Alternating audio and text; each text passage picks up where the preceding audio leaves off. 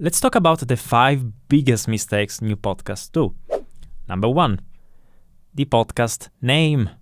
So you would have a name that it doesn't explain what the content is about. Or it will be some weird play on word that only the host gets. Okay, it happens all the time. And it's impossible for people to check it out, to discover it, or click it. You're just adding a barrier for the audience. They cannot find it that way. Another example is people choosing a name of a podcast that already exists because they haven't done the research, and then later on this podcast contacts them and asks them, oh, please shut it down or change your name because it's a copyright issue, okay? As well as choosing a name that is not SEO friendly. So the keywords are not friendly, meaning if you name your podcast The Thursday Show and someone else named it The Thursday Show about real estate and their show is more popular, when you write it in the search engine, The Thursday Show, their thing is going to pop up on top. Your thing will be drowned at the bottom if you're a news show, okay? So you want to make sure that you use keywords that make it discoverable. As well, choose a name that has an available domain for your website as well as social handles. You don't want to have to struggle too much with those, and it's harder than you think to find something that is available on all platforms. So you want to have something that is fairly universal and easy to find. Number 2, the podcast cover art is not designed correctly. So many people choose the podcast on their phone and they experience them through their phone.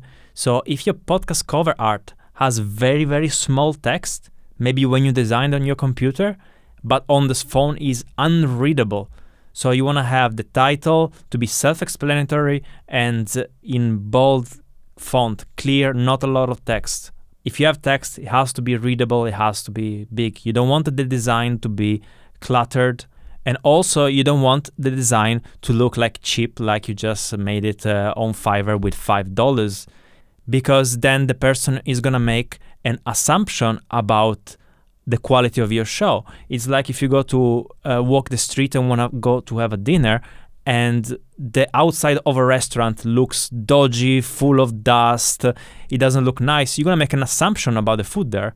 The food might be great, you don't know, but you're going to make an assumption that if this is bad, then that is bad. Because usually a mindset affects several things. So if the mindset of the owner of the restaurant is like, I'm fine having the front of my store to be horrible, then it's probably going to be the same mindset when it comes to quality check for food control and other things.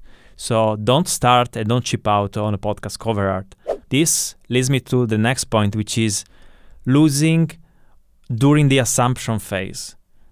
When the audience is discovering your show for the first time, you have to think that before even people reach the content, they have to go through the assumption phase, the first impression phase, okay? And this means, in the case of a video podcast, it has to be discoverable. You have to see the thumbnail. The thumbnail and the title has to be self-explanatory, interesting enough for you to click. And when you click, you're going to have to judge the audio, the video, the composition, the person, the way, the personality of the host is, all of these things. And a huge portion of the audience, if any of those things are in line, they would drop off before you even reach the content. So content is king doesn't work when your audience retention is bad in the first 10-15 seconds, because then the people don't even reach your content. So you have to pass the assumption phase first before you worry about how good or not good the content is. And a lot of new shows allocate a lot of resources on the content, and so little of it just crumbs to the assumption and first impression phase, and then they struggle with acquisition and retention of new viewers or listeners. Now, another point is too little volume of episodes. Your audience might want to consume a certain amount of content in your niche per week or per day. It doesn't matter. They have a need they want to satisfy. And if you put out only one episode a month, that's not enough to cover their needs, which means they're going to go and look somewhere else to fulfill their needs.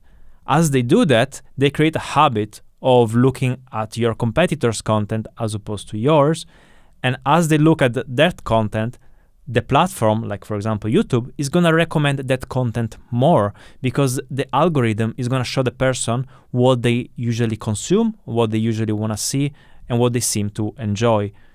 So you obviously gonna push your audience to your competitors if you don't create enough content to keep them engaged. This as well has to do with how discoverable the podcast is. Of course, if you make more episodes, you might have more shorts, more highlights, more things to post on social media. It's all a chain reaction of things. If you want to get better at something, you don't get better by not doing it. So doing it is going to as well improve the content, improve the production, improve a lot of things. And if you only do it once a month, it's just going to take forever. And my last point, so many new podcasts are not respecting the audience's time and attention. They seem to don't quite get that there is a transaction happening here. And the deal has to be fair for the deal to get closed. What I mean by that is that the audience is trading a resource. You're taking a resource away like you would from a customer, but instead of taking money, you're taking time and attention, but it's still a resource. So you're taking a resource away and you're giving your resource, which is the content. If the quality of the content doesn't match or exceed the value of the time of your audience, the trade is not going to happen. And if someone is offering more quality for the same amount of time that they have to lose or invest, they're going to go to the competitor. So make sure that you're on top of this, that the editing is on point, the production is on point, the scripting, the communication, like the content, the research that you do, the best of your ability. Sure, mistakes happen. Sure, we all lack some things, but try to operate with that mindset that you let the audience know that you're doing your best to make sure that their time and attention is valued. That's it for today. I hope you enjoyed the episode. Give it a like, a subscribe, and if you have any questions, just write them down in the comments. And you can also reach out to me on social media at Podcasting Explained. I'll see you next time. Take care.